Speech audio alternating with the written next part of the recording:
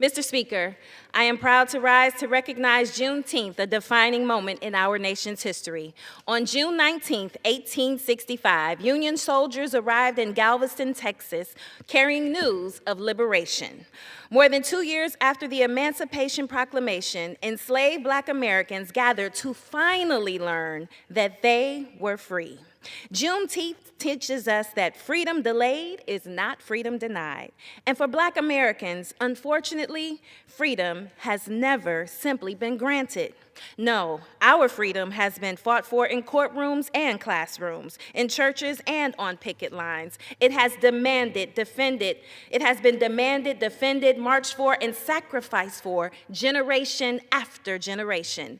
That struggle did not end on Juneteenth. It continued through the iron grip of Jim Crow and segregation. It continued across that bridge in Selma and through the streets of Birmingham, where children faced fire hoses and police dogs in pursuit of their rights. And it continued at the ballot box through the long fight to secure not just the right to vote, but the right to have that vote count equally, and the right to claim a full and equal voice in American democracy. The story of freedom in America is inseparable from the story of Black political power. The ability to vote, the ability to be heard, the ability to elect leaders who understand our communities. Those rights were not gifts. They were victories won through sacrifice. And today, those victories are under attack.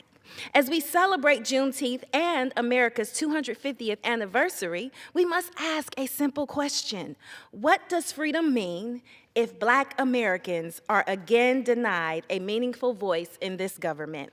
That question is known well in Ohio's 11th Congressional District because of the leadership of one of my predecessors, the late Louis Stokes. Before he became the first Black member of Congress from Ohio and a founding member of the Congressional Black Caucus, Stokes was fighting against efforts to dilute Black representation in Northeast Ohio. He understood something that remains true today. You do not have to stop someone from voting to take away their power. You can accomplish the same thing by drawing lines differently.